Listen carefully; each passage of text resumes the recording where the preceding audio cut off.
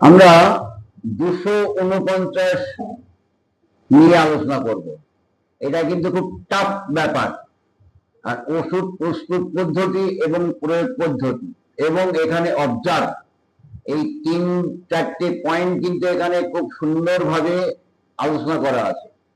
আমাদের হোমিওপ্যাথির ব্যর্থতার একটা বড় কারণ কিন্তু এইগুলি না জানা, যার কারণে এগুলি মন দিয়ে আমাদের জানা প্রয়োজন। 249 কি বলা হয়?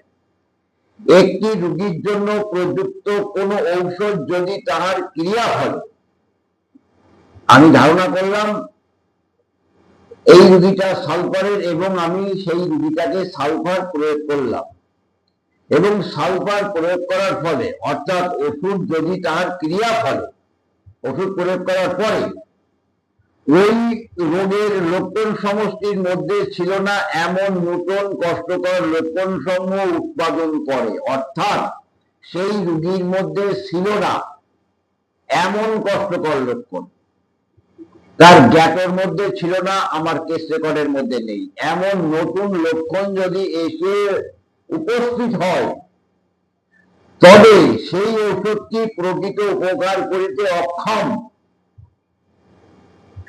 জানতে হবে যে এই ওষুধ দ্বারা আমি সালফার ব্যবহার করার পরে এই যে লক্ষণগুলি প্রকাশ পাচ্ছে, অর্থাৎ সালফার দ্বারা এই রোগী আরোগ্য হবে না, অর্থাৎ আমার সমলক্ষণ মতে নির্বাচিত হয় নাই বুঝিতে হইবে, অর্থাৎ আমার সালফার এই রোগীর জন্য সঠিকভাবে নির্বাচন হয়নি, তাই এই রকম নতুন লক্ষণ এসে গেছে, অর্থাৎ যা তার জীবনে ছিল না, যা আমার কেস রেকর্ডের মধ্যে নেই, তেমন জাতীয় নতুন লক্ষণের আবির্ভাব হওয়া সত্ত্বে, মানে অর্থে আবির্ভাব হলো, অর্থে আমার ওষুধ নির্বাচন হয়নি, এটা আমাদের বুঝতে হবে। সুতরাং যদি রোগ বৃদ্ধি অধিক হয়, তবে অধিকতর নির্ভুলভাবে নির্বাচিত পরবর্তী সমলক্ষণ সম্পন্ন ঔষধ প্রয়োগ করিবার পূর্বে প্রতিষেধক ঔষধ দ্বারা যত শীঘ্র সম্ভব তাহার ক্রিয়ার আংশিক বিনাশ করিতে হইবে। যদি আমার ভুল ওষুধ প্রয়োগ করার ফলে তার মধ্যে নতুন লক্ষণ প্রকাশ করে এবং সেই নতুন লক্ষণ প্রকাশটা যদি খুব বাড়াবাড়ি হয়, তাহলে সেই ঔষধের অ্যান্টিডোট হিসাবে, তার ক্রিয়ানাশক হিসাবে, এবং ক্রিয়ানাশক হিসাবে যে কোনো অনেক মেডিসিন থাকে, তাহলে কোনটা দেব?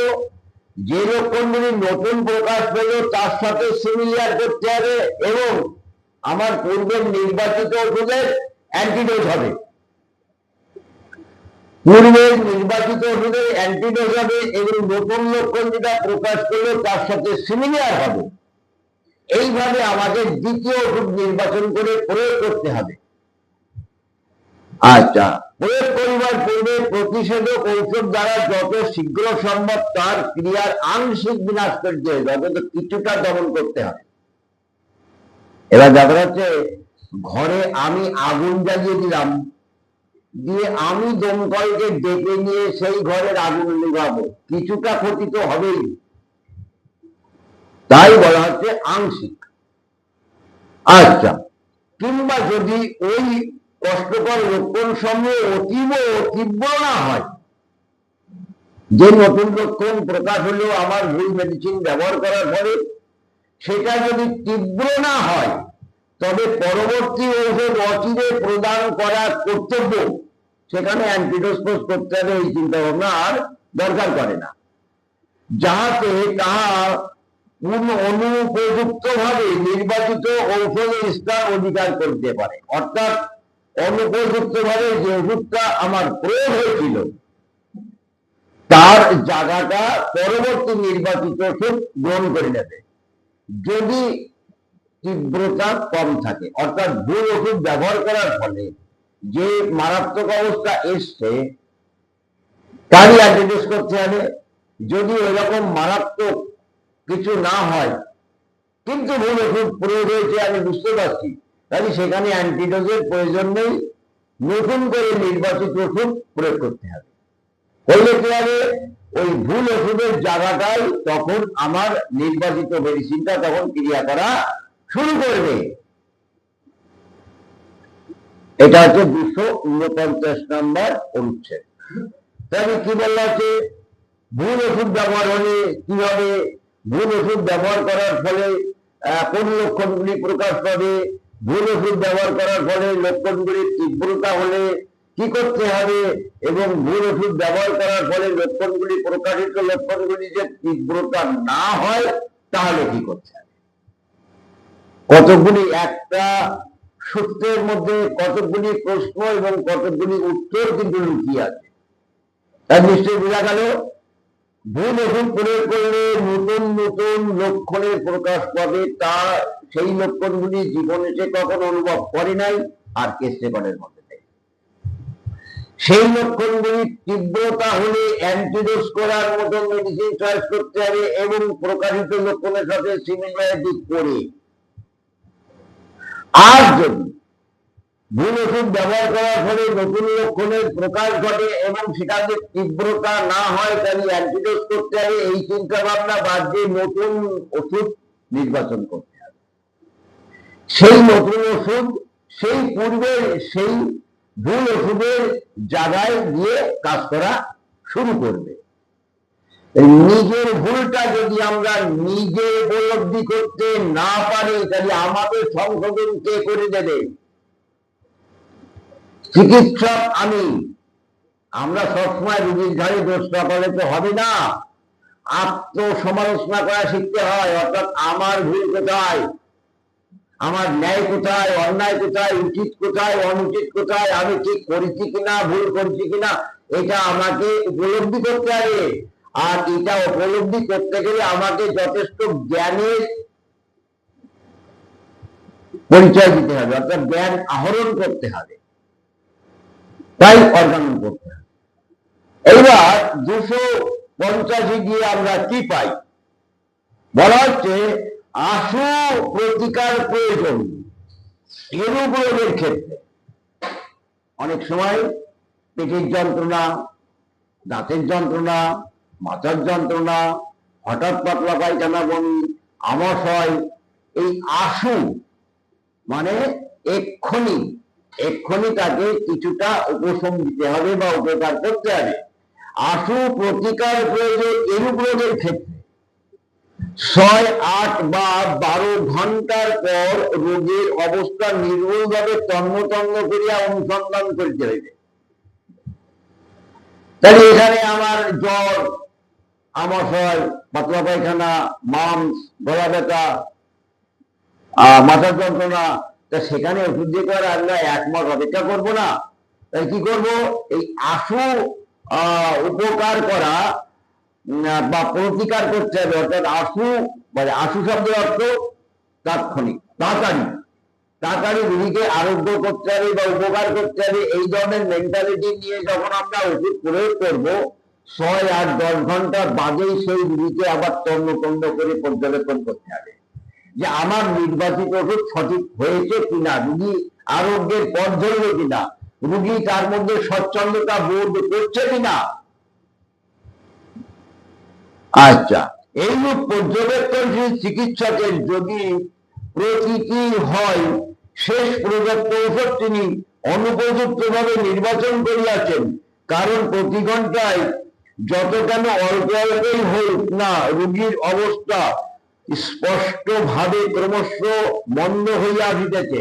অর্থাৎ আমাদের ওষুধ যদি নির্বাচন ভুল হয়, গলা ব্যথা কতদিন আমার কাছে আসলো, আমি তাকে ব্লেমনা দিলাম, ব্লেমনা খাওয়ার পরে দেখা গেল সেই রোগীটার কমা তো দূরের কথা, ক্রমান্বয়ে আরো বেশি খারাপ হয়ে যাচ্ছে। এমন অবস্থা যদি আমার যা পাই, ক্রমশ মন্দ হইয়া আসিতেছে, তখন নতুন লক্ষণ এবং দুঃখবোধ ঘটিতেছে।